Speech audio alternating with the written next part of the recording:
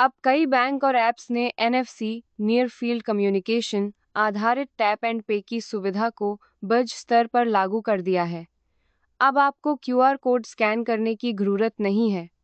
बस अपने फ़ोन को मर्चेंट की मशीन पर टैप करके भुगतान कर सकते हैं। बिना इंटरनेट वाले इलाकों के लिए UPI लाइट एक्स अब पूरी तरह से चालू है। इसके जरिए आप बिना डेटा कनेक्शन के भी पैसे भेज और प्राप्त कर सकते हैं।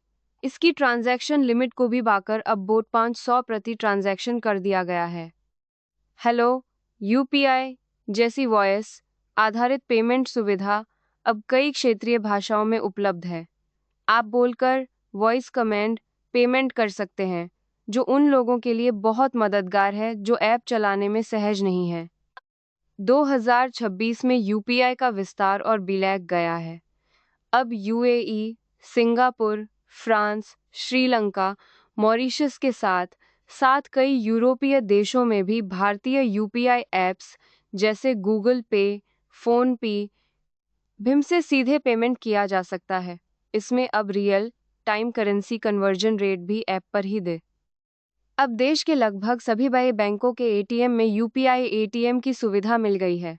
आप बिना डेबिट कार्ड के ATM स्क्रीन पर आने वाले QR कोड को स्कैन करके सीधे अपने बैंक खाते से नकद कैश निकाल सकते हैं।